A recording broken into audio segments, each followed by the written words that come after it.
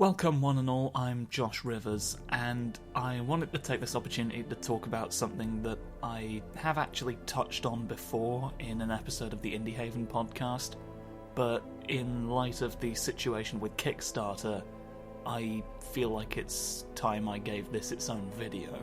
For those of you who weren't aware, Kickstarter have recently fired employees who were involved in organising a union. The current CEO of Kickstarter, Aziz Hassan, has actually said that the firings had nothing to do with the fact they were organising a union, but has also, in basically the same breath, said that he doesn't want there to be a union. So, yeah, I'm sure that's a coincidence. Kickstarter as an entity has since been trying to run damage control and has recently put out a statement seemingly trying to absolve themselves of responsibility for their own decision by playing it off like this is just them considering all viewpoints, not just those that are in favour of unionisation. Gee, if only your employees could organise into some sort of body that could effectively provide a consensus on such matters. While not strictly the point of this video, I do feel like the statement provides some very important context for this conversation, so I will go through it piece by piece here.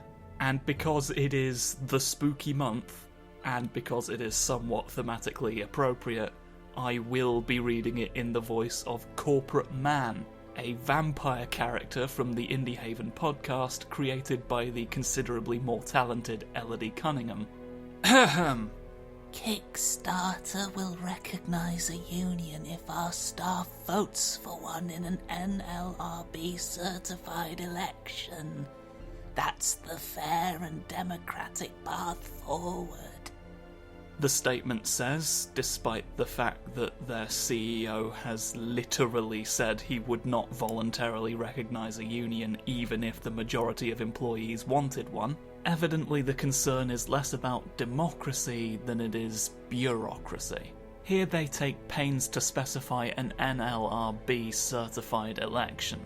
NLRB, incidentally, stands for National Labour Relations skewed in favour of employers to such a comical extent that it basically no longer serves its own supposed purpose. This is them moving goalposts, trying to dictate on their own terms what does and does not represent a legitimate consensus, so that they can project this air of their actions as a company simply being democracy in action, even though, again, and I cannot stress this enough, they have already admitted that the popular consensus among their staff is not a factor. Basically what Kickstarter are saying here is that they will recognise a mandate from their staff if they are forced to, which is barely a step above outright refusal and kind of perfectly demonstrates why unions are necessary in the first place. The statement continues, "We have to protect the rights of all our staff members, those who want a union and those who don't. This is their decision, not ours." Kickstarter? Come close, my child. Do you want to go ahead and, real quick, produce the receipts showing your employees collectively calling for the firing of the union organisers? Do you want to explain to us how that was their decision? 'Cause if you can't, you can merrily fuck off with your disingenuous little deflections. I was not originally planning on dwelling on this for this long, but seriously, how fucking dare they with this?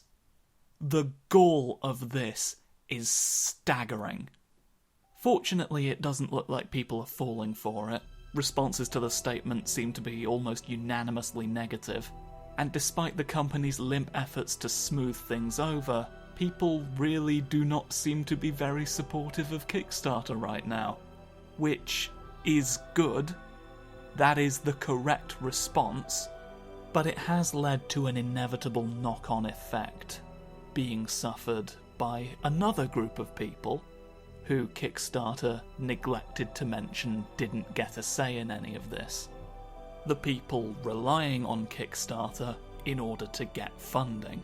Platforms like Kickstarter have become the lifeblood of a lot of independent projects, to such an extent that the term independent almost begins to feel like a misnomer.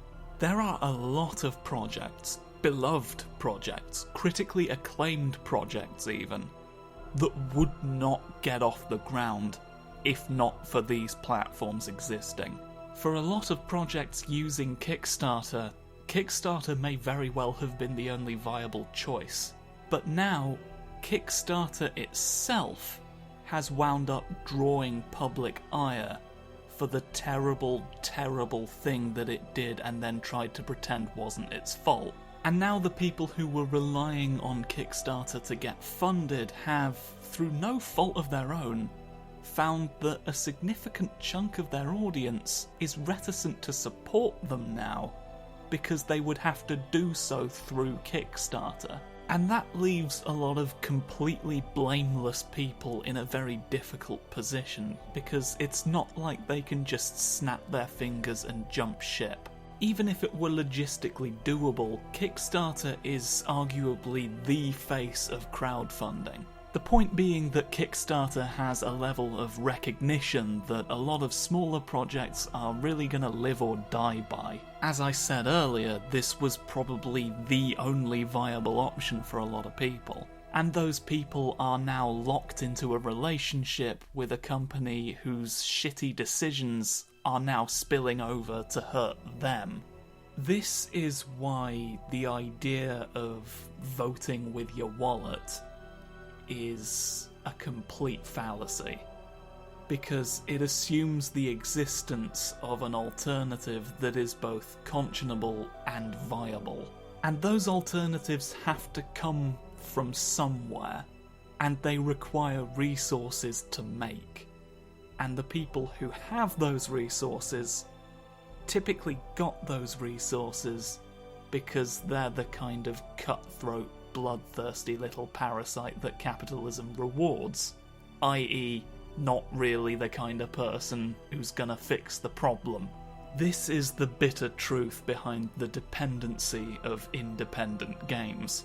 It is incredibly unlikely that a small independent team is going to have what it needs to get a project funded and then distribute that project to a wide enough audience to keep themselves afloat. And so inevitably, at some point along the line, they're going to have to turn to someone who can do that for them. Someone has to be providing the framework.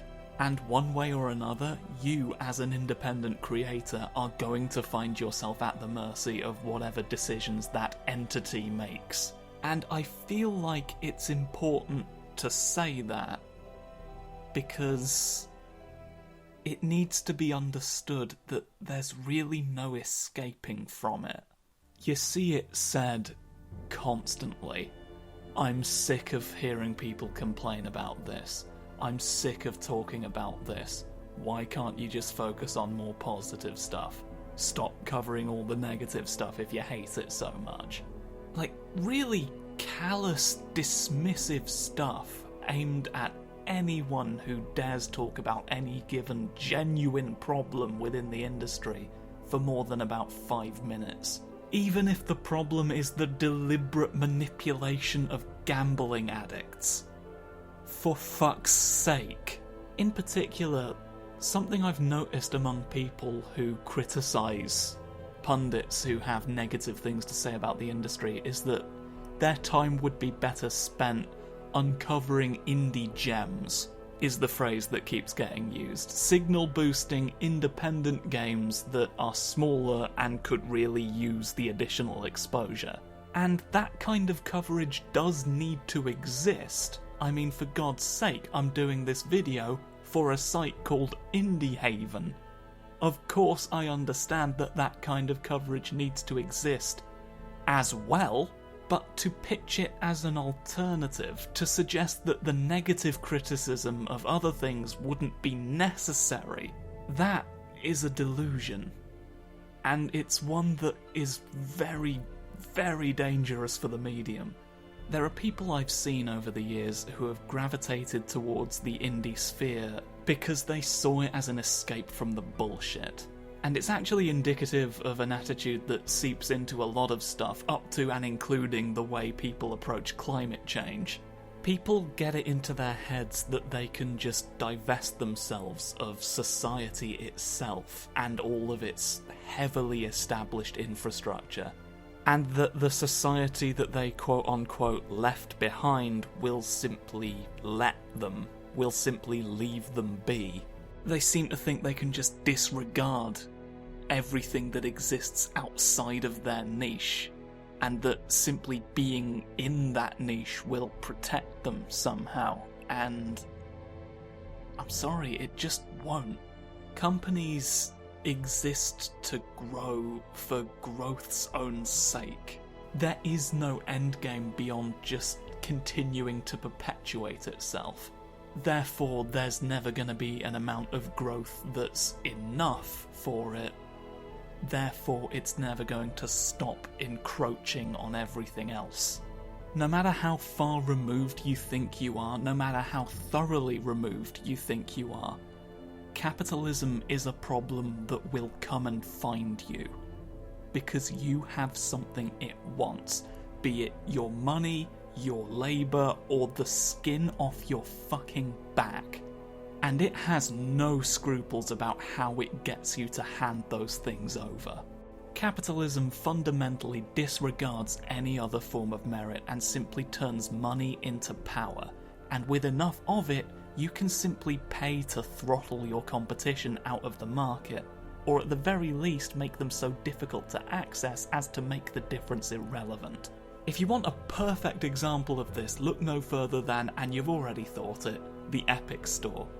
Years behind every other major digital storefront on the planet with its baffling array of missing features, it manages to remain a serious contender because Epic simply has that much money to throw at every conceivable problem, ravenously buying up exclusives, eating the costs of huge sales that wind up backfiring on them because they didn't bloody consult any of the people whose games they slashed the prices of at launch. But as shitty as this behaviour is, for a lot of smaller studios, subjecting themselves to that is really the only practical choice. Because let's face it, the economy's not getting any less fucked, and the only way to guarantee any degree of stability for themselves is to climb into Epic's pocket. And therefore, as Epic Games continues to buy exclusive rights to every game ever made in the world ever, using the cartoonishly vast quantities of money that they have accrued by doing all of the shitty, terrible things that you're sick of hearing people complain about,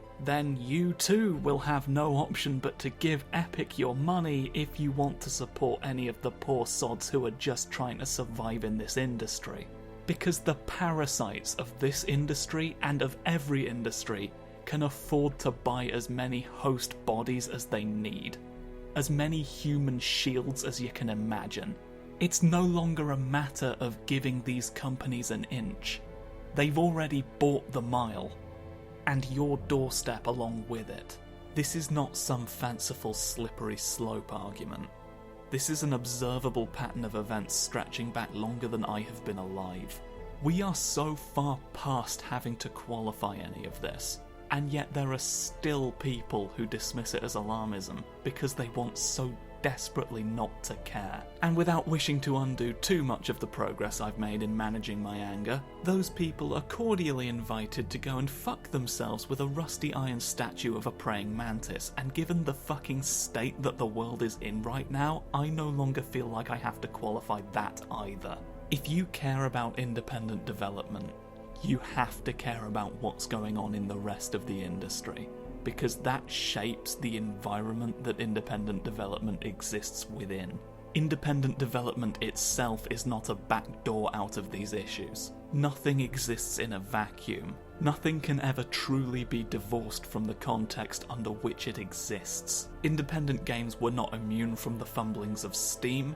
They are not immune from the grasping of Epic, they are not immune from loot boxes, lest we forget, and it's not immune from the union-busting machinations of Kickstarter right now. And I feel like that's going to be the wake-up call moment for a lot of people, because it's easy to forget sometimes that crowdfunding platforms themselves are companies. They're not just a button you click to give independent developers your money. Everything is connected. The goings-on of the wider industry, of all wider industry, and of the world itself are not someone else's problem. Even if you're exclusively interested in the independent scene, issues like workers' rights, consumer rights, and shitty AAA business practices are still going to affect you whether you perceive the connection or not. The bullshit coming from the people at the top will always find a way to reach you. It's the only thing that ever actually trickles down. I know it's exhausting. Believe me, I am no stranger to the concept of exhaustion. And you don't have to throw yourself at everything. You don't have to have something to say about every terrible development. Nobody has a right to demand that you break yourself. Which is why you should be against crunch, just saying. But seriously, that's not something you can owe someone.